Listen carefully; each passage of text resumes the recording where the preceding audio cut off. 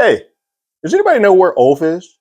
No, have you seen Ulf? Can anyone find Ulf? Oh, we found him and he's doing what now?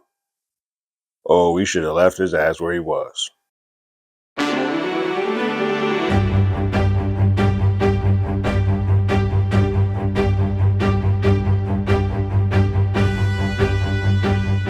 Hello, everyone. Terrence here with Hollywood Already Did It. If you haven't already, go ahead, like, share, subscribe to the channel, leave a comment, ring that bell below.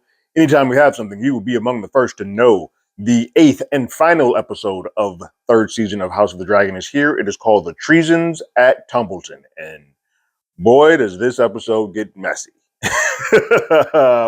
We see a lot of flipping back and forth, people turning on each other, new alliances being built, and we see the rise of what most have referred to as Rhaenyra the Cruel. Because, boy, does she come out in this one.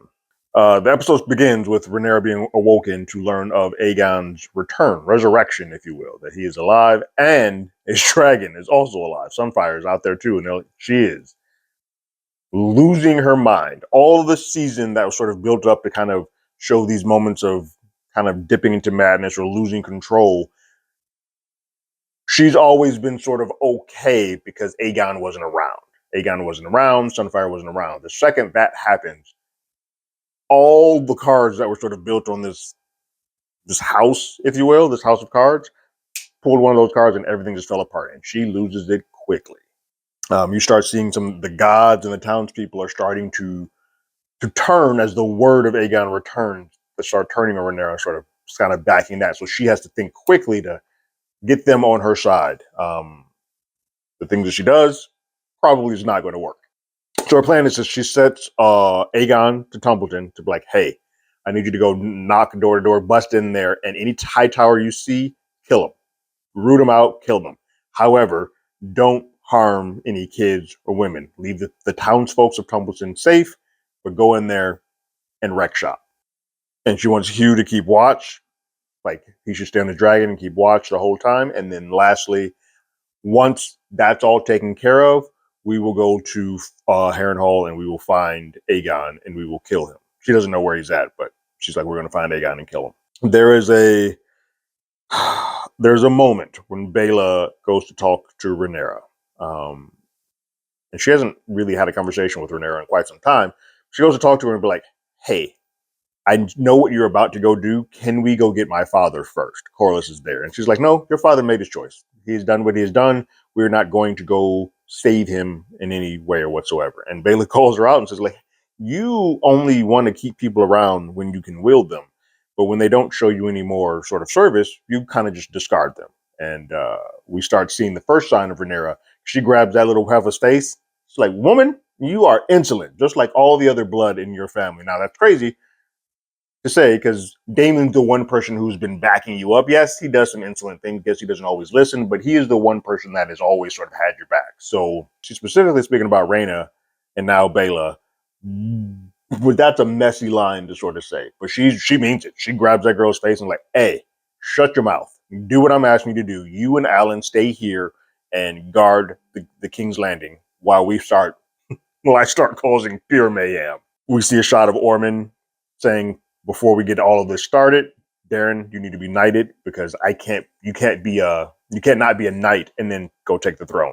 He is 100% ready. He thinks he has Ulf in the bag. He's ready to go. He's like, we're going to turn this tide. They think that army that they got, because it's a big ass army, they think that army they got is going to come in here and just mollywop us, just destroy us. But I got the upper hand. I know what I'm going to do. Darren and Gwaine are like, I don't know why he's so assured, because they don't know the Ulf piece of this. So he gets knighted. Meanwhile, you see a shot of Ulf in what looks to be a tavern, barn somewhere, but whatever it is, he's getting 3 sheets. He is tossing them back, getting drunk, but he is telling all the business. Any business you want to know, he is giving it up. He's like, yo, Rhaenyra's a whore. She's a bastard. Them kids ain't hers. Daemon doing this. Daemon ain't going to ever put that dragon out, because I'm telling you, Rhaenyra got him by the balls. Like, he's just giving all this information, getting nice and sloshed up, which comes back to bite everyone in the butt later on. Rhaenyra requests Adam to be her escort through King's Landing to go to the Septons the Holy Land of the King's Landing and go to the Septons to be like, hey, they're going to ordain me as the queen. Like, it's happening today. They don't have a choice. We won't leave them the opportunity or the choice to do so. She also, at that point, has her side piece, her mistress, dismissed and stripped of her title and powers. I'm not entirely clear as to why she does that. I think some of it may be because she may have learned that Mysaria was playing these games and all this stuff. But I think she's trying to get a clear and dedicated vision. And now she doesn't need someone to be on the inside of the townspeople giving her information or whatnot, because she's just like, I'm burning it all down. So you don't have a value to me anymore. But it's crazy to do that literally after you got some from her. You're like, yo, that was a good piece of ass. That was some great sex. Now I need you to leave, and I never need to see you again. Like, that got Jesus. No wonder old girl is feeling a type of way, because they try to escort her out of the town. She manages to, in the kerfuffle of everything sort of happening, she manages to break free and remain amongst the town folks, which I don't see ever going in Rhaenyra's favor. As she's leaving, though, she whispers to Helaena, hey, don't trust her. Your sister is up to no good. She doesn't care about you or that baby. If that baby is a boy, she's going to use that as a pawn, and she will do everything humanly possible to make sure that that heir and you are not in any type of control. And now with Aegon back, because he is risen, she gives her that information. She was going to use your unborn child as a pawn, as a piece. Don't let her do that. We then get a great back and forth between Helaena and Rhaenyra, where Rhaenyra goes in trying to be putting on the facade of being cordial and sister like, hey, you need to eat. Baby's best for the baby. And Helena's like, nah. She uses if anybody ever watched Color Purple, it's a scene in there where it calls her ugly, like all this stuff. That's what happens here. She calls Rhaenyra like, look, you are ugly. Everything that you're trying to do is ugly. You are an ugly person. Like, everything about you is just hateful and disgusting and ugly. Rhaenyra gives her one more chance, like, hey, you gonna eat? And Helena's like, nah. And then Rhaenyra forces her to eat. Like, her guards take her by her arms and like force food down her gullet. Yeah, that'll work. That seems to be the way. Again, another sign of Rhaenyra diving down to this cruelty piece. Back at Harrenhal, Aemon wakes up realizing that, yeah, my mom did me dirty. She tried to poison me. And he kind of is taking blame for it. He's like, look, I get it. Like, I should sort of be abandoned. I should be left alone because I tried to kill her other son, who was a king. Maybe this is my penance. Maybe this is the life that I've been told to live. And then we hear of Alice's backstory, and we learn that Alice has been sort of positioned as being stuck at this location for hundreds and hundreds of years. Like, she can't go anywhere until she is married and with child and sort of able to create a new kingdom here. She's there left to be alone because of everything that sort of happened in her past. And so he feels a little bit more sorry and a little bit more connected to her, and eventually calls her betrothed without really telling her. She don't know they get married, but you can see the look on her face later when it comes up when Aegon shows up, that she's like, oh, you claiming me now? Bet. I like that. So then the battle starts getting set up. We see pieces, wars, people start getting to the front lines, the battle starts being begun. But the big thing in the battle is nobody can find Ulf.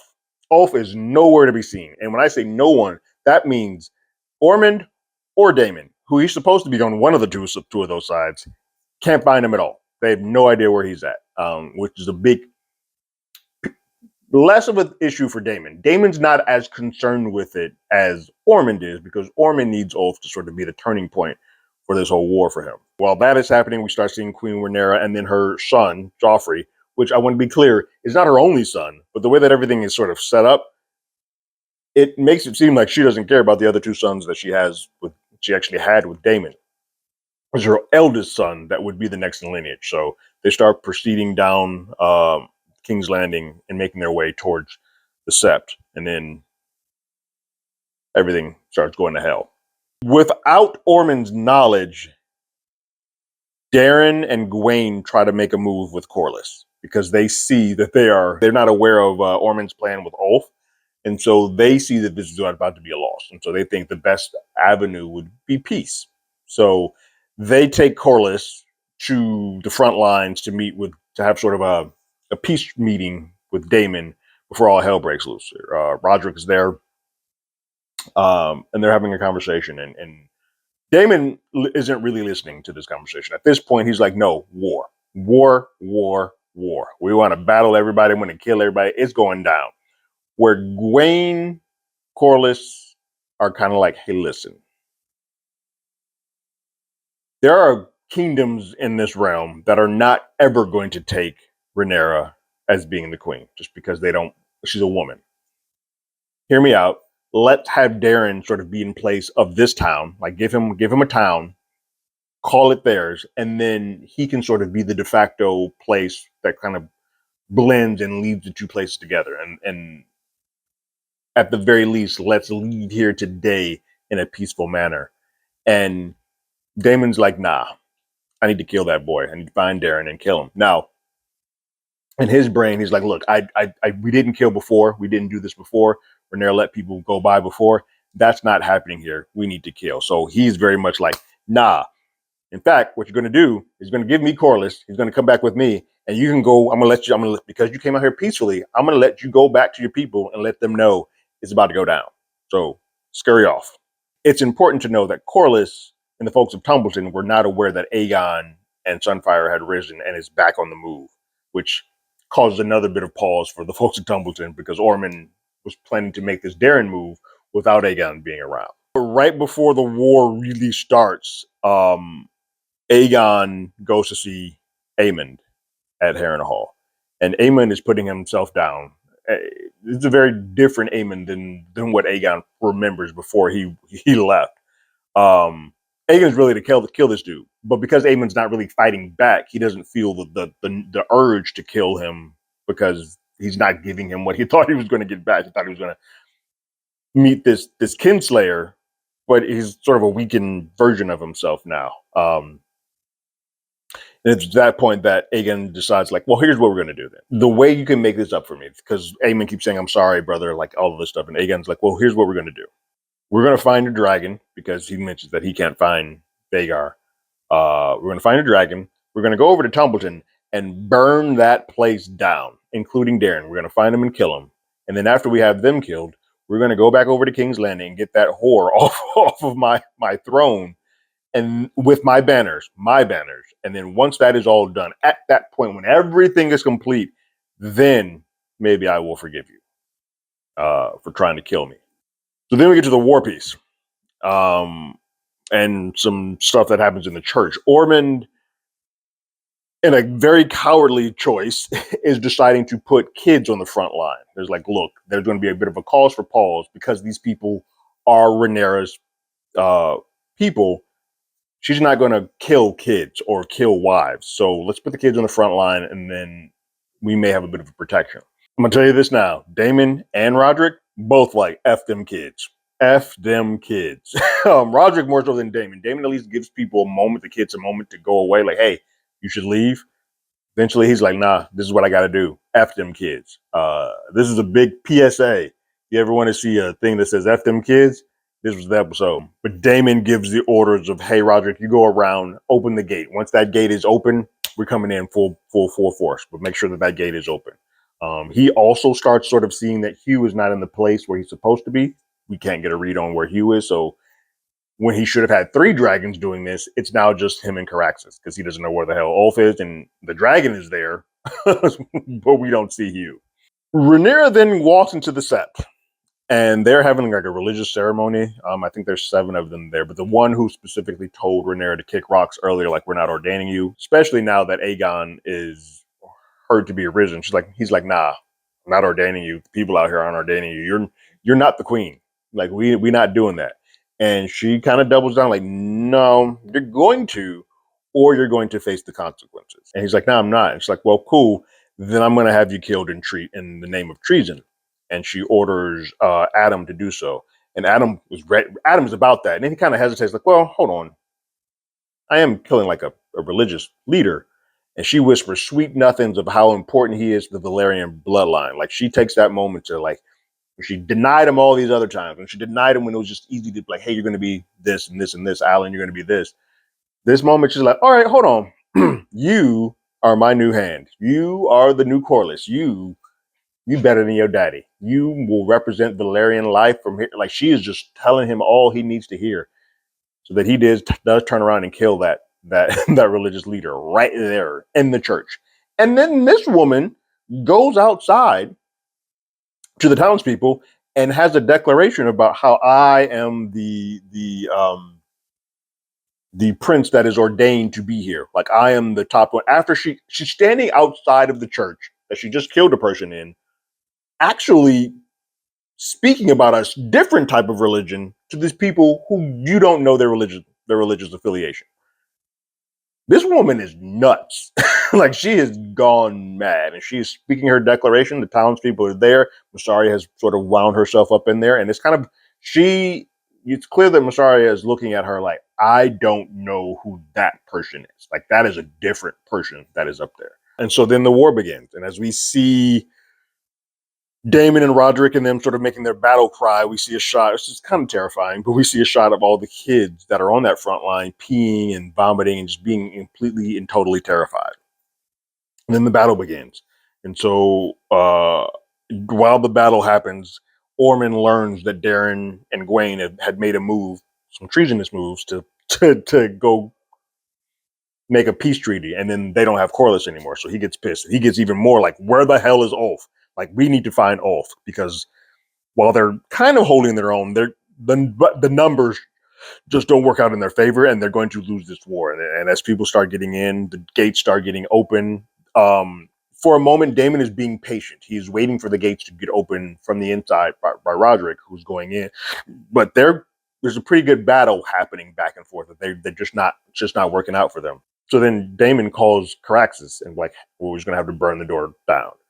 She brings the dragon up. He brings the dragon up, and then kids line up in the front of the door, and he tells them to move. And then there's two kids that don't. At that point, Damon's like, "F it," and he burns those kids, and it burns down the door so that they can get in. So he burns down the door.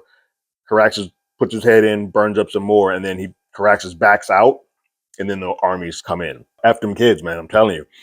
Meanwhile, up top, while Roderick is trying to come in and make way, there's a kid who trying to like battles him on, doesn't even hurt Roderick, does not harm him. But Roderick said, F them kids, and he just axes that kid right to the face. Again, war has turned these people so angry, so dirty, that they have now forgotten the one order that Rhaenyra said to do was don't harm the people of that town. Like, if you can't. Now, it's hard because they're sort of mixed in the battle, but this gets messy quick. So while this battle is happening, Tumbleton folks, the high towers and whatnot, and Tumbleton are starting to lose. We do find Ulf. Ulf was on the crapper. He fell asleep drunk. Drunk as a skunk on the crapper. Ormond wakes him up. He's also disgusted by how it smells in there, because remember, he has the odor thing. So he just starts railing on Ulf, to the point where he tells Ulf to get on you have one thing, get on your dragon, and he's slapping him around, he's punching him, he's kicking him.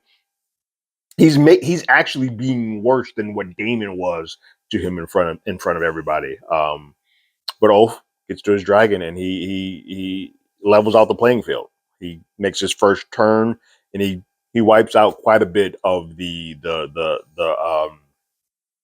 Daemon and Rhaenyra's army. Now, Corlys sees it immediately and is like, oh crap, he's turned. What is happening? This isn't good. Like, I gotta get word. Like, we're in a bad shop if this dragon is now, Hugh's not there to sort of battle them off, because Hugh's not on his freaking dragon like he's supposed to be. He's not holding watch. So this is now, we're in a messy spot, because Daemon's inside, not on Caraxes. Messy. Roderick gets a beat on Ormond and is like, all right, bet, I'm about to go get this dude. And so he goes after Ormond.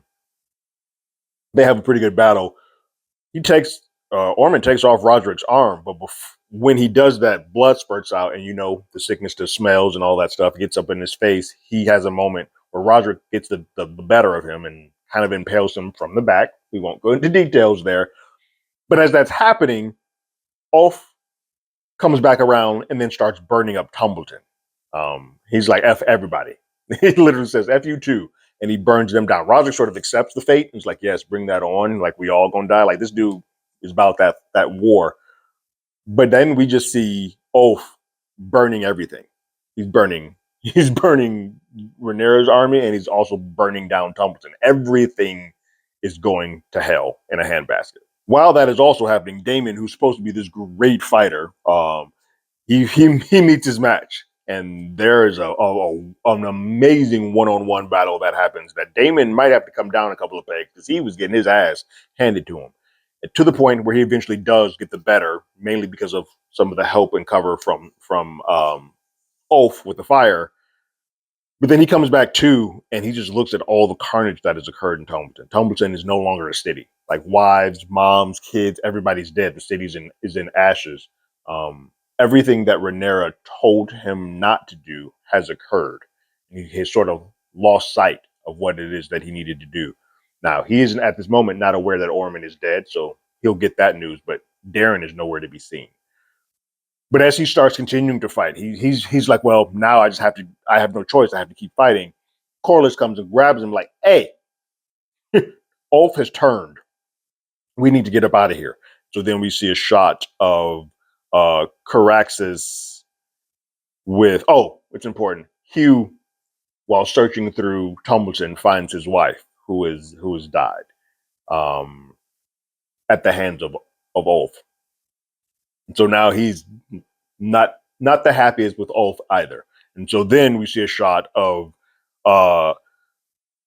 Daemon and Caraxes and Hugh and his dragon going after Ulf and theirs. Hugh on Vermithor, Daemon on Caraxes going after Ulf on Silverwing. So then we get back to King's Landing and we see a shot of Rhaenyra getting news that something has happened to Helaena.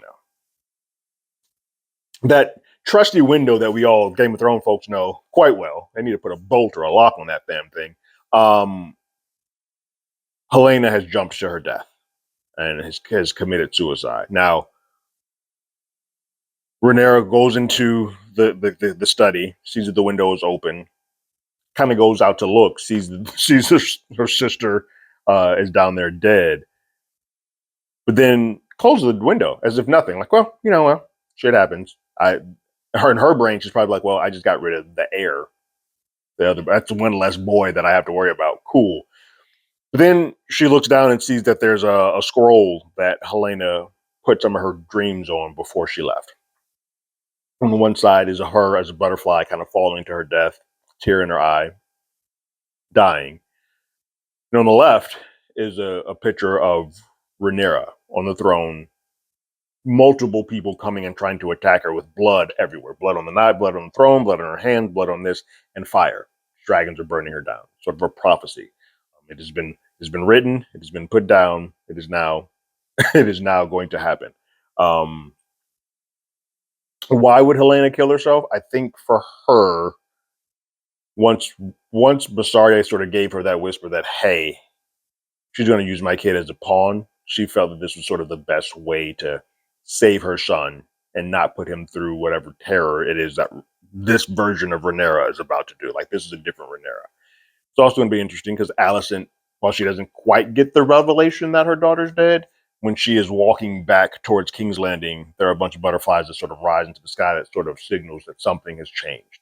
I don't know how she's going to respond when she finds out that her one person that was sort of safe from all of this, that was pure from all of this, is now dead. I don't know what that turns her into, and I don't know who she blames, because yes, obviously she killed herself, but there's going to have to be some of this that's like, why did she get to a point where she felt that way? Because she wasn't there. She went off to go kill her one son for Rhaenyra, and then while that was happening, under her watch, saying you were going to protect my daughter, she killed herself. So I'm effed. All my kids are going to hate me. So she's in a bad way, and that's how the season ends. Wow, a lot happens. Here's the deal. I think the battle, great. I think the dragon stuff. I think the stuff that happens with Ulf, bravo. You're the de facto swing state, if you will, of this episode. And I think seeing Rhaenyra's, we did everything this season to sort of build her up to say, I'm going to do everything differently. I'm going to be calm. I'm going to be cool, collected. And in this episode, when she gets word that Aegon is back, she's like, F all that.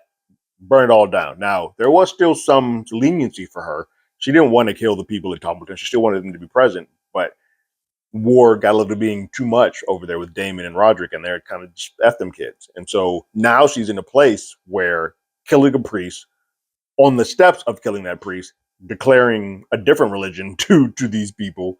Um, it's a lot. It's a lot, and we have now, while this whole season was seeing Ormond as the villain, we have now sort of turned and made Rhaenyra that villain. So it's going to be fascinating to see in this final season that occurs, however long it occurs. Like, we know that these unfortunately take about 2 years to come out. Um, she's going to be a very different beast and a very different thing. And we're going to probably now, even though Aegon's not the best, we're going to be rooting for some different people because Rhaenyra has chosen the side of complete and total darkness. What did you guys think about the season finale of House of the Dragon Season 3? Go ahead and leave your thoughts and comments in the comments below. If you haven't already, you can follow us on X at Hollywood80i. You can hit us up on email at HollywoodAlreadyDidIt@gmail.com. We also have a podcast with the same name. That's on Apple Podcasts, Spotify, anywhere that plays podcasts. We're there. And like always, I got my ticket. You got yours.